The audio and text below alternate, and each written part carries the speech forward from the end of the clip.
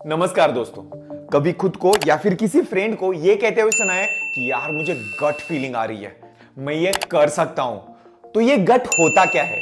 ये gut feeling होती क्या है? हमें पता है कि गट मतलब इंटेस्टाइन, लेकिन इसका फीलिंग के साथ क्या कनेक्शन है? तो चलो जानते हैं आज के इस वीडियो में।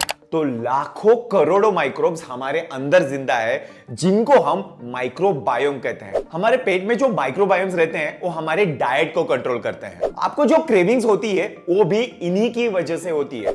तो ये समझ में तो आ गया कि ये पेट में रहती है और इसी वजह से पेट में होने वाली चीजें को कंट्रोल करती है। लेकिन ब्रेन और पेट का कनेक्शन कैसे, गट का कनेक्शन कैसे?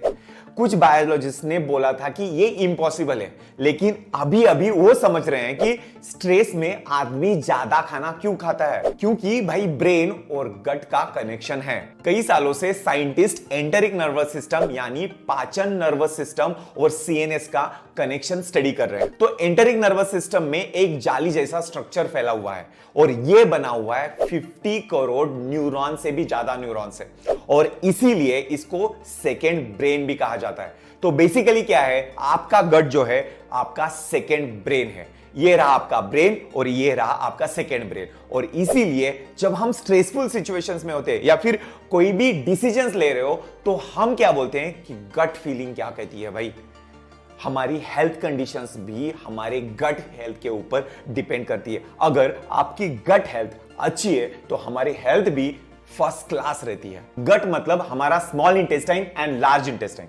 स्मॉल इंटेस्टाइन में और लार्ज इंटेस्टाइन में बैक्टीरिया होते हैं। स्मॉल इंटेस्टाइन की बैक्टीरिया सिंपल शुगर को एब्सॉर्ब करती है, लेकिन लार्ज इंटेस्टाइन में कई लाख करोड़ से भी ज्यादा बैक्टीरिया होती है और हर किसी की ये बैक्टीरिया अलग अलग होती है। इसका मतलब आपकी अलग, मेरी अलग, आपके दोस्तों की अलग, आपके घर वालों की अलग, सबकी अलग अलग परफेक्टली यूनिक होती है। तो ये बैक्टीरिया करती क्या है? तो पहले अगर आप कुछ खाना खाते हैं और आपके खाने में अगर सिंपल कार्ब्स होते हैं, इसका मतलब शुगर, ब्रेड, कार्बोनेटेड ड्रिंक्स और भी बहुत कुछ, तो सिंपल कार्ब्स जो होते हैं ये सब स्मॉल इंटेस्टाइन की बैक्टीरिया खाती है या फिर एब्सॉर्ब करती है। और जब ये खाती है तो वहीं राइट देयर डोपामाइन सीक्रेट होता है।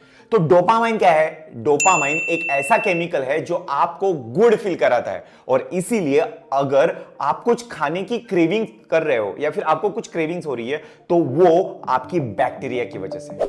एक स्टडी हुई है मैकडी के फ्रेंच फ्राइज के ऊपर। बहुत सारे लोगों को मैकडी का फ्रेंच फ्राइज बहुत पसंद है और उसकी क्रेविंग्स भी होती है। उसका रीजन ये है कि मैकडी ने पूरा रिसर्च करके उस फ्रेंच फ्राइज को बहुत ही एडिक्टिव बनाया है। ये 3 रिसर्च को सुनिए गट माइक्रोबायोम की इंपॉर्टेंस सुनने के लिए। तो है एक्सपेरिमेंट नंबर 1। अप्रैल 2020 में एक रिसर्च टीम ने 2 चूहे लिए, एक बूढ़ा और एक जवान। इस टीम ने जवान चूहे से गुड बैक्टीरिया निकाला और बूढ़े चूहे की लार्ज इंटेस्टाइन में डाल दिया। बाद में इस जवान चूहे के जब टेस्ट किए गए तो यह पता चला कि जवान चूहे की मेमोरी कमजोर हो गई है बूढ़े चूहे की तरह, जो हमें डायरेक्टली प्रूव करवाता है कि हमारा गट माइक्रोबायोम और ब्रेन डायरेक्ट कनेक्टेड है। Experiment number 2। एक स्टडी में रिसर्चर ने देखा कि मक्खियों के पेट में एक स्पेशल माइक्रोबायोम है, जिसकी वजह से उनके सामने सारे रखे हुए खाने में से वो सिर्फ प्रोटीन ही चूज करती है। जब उनकी पेट में दूसरा माइक्रोबायोम डाला गया वो चीनी ज्यादा खाने लगी। यानी हमारे पेट का माइक्रोबायोम हमारे फूड चॉइसेस को भी इंपैक्ट करता है, कंट्रोल करता है। Experiment number 3। 2019 में एक रिसर्च टीम ने यह नोटिस किया कि जो मैराथन रनर्स है उनके सिस्टम में गुड बैक्टीरिया पाया जाता है, जिसका नाम है वेलोनेल। तब उस टीम ने उस बैक्टीरिया को निकाला और एक चूहे में इंजेक्ट किया। उसके बाद उन माइस को ट्रेडमिल पे दौड़ाया गया और देखा कि जो पहले सुस्त चूहे थे उनके भागने की परफॉर्मेंस 13% से इंक्रीज हो गई है। मैं जानता हूं कि आप सोच रहे होंगे कि वाव, ये गट माइक्रोबायोम तो बहुत ही इंपॉर्टेंट है, लेकिन ये माइक्रोबायोम हमारे शरीर में रहता कहां है? ओके, तो इसके लिए पहले हमें डाइजेस्टिव सिस्टम को आसान सी भाषा में समझना होगा। तो हमारा डाइजेशन कब स्टार्ट होता है? जब हम खाने को देखते हैं, जिसकी वजह से हमारे मुंह में सलाइवा सीक्रेट होने लगता है। हम लोग एक दिन भर में 1.5 लीटर से भी ज्यादा सलाइवा प्रोड्यूस करते हैं और यह सलाइवा हमें डाइजेशन में हेल्प करता है खाने के साथ मिक्स होकर। ये खाना उसके बाद जाता है पेट में, जहां पे एसिड होता है। ये एसिड खाने को ब्रेक करता है और ये आगे पास होता है स्मॉल इंटेस्टाइन में, जहां पर कार्बोहाइड्रेट को शुगर में और प्रोटीन को अमाइनो एसिड्स में कन्वर्ट किया जाएगा।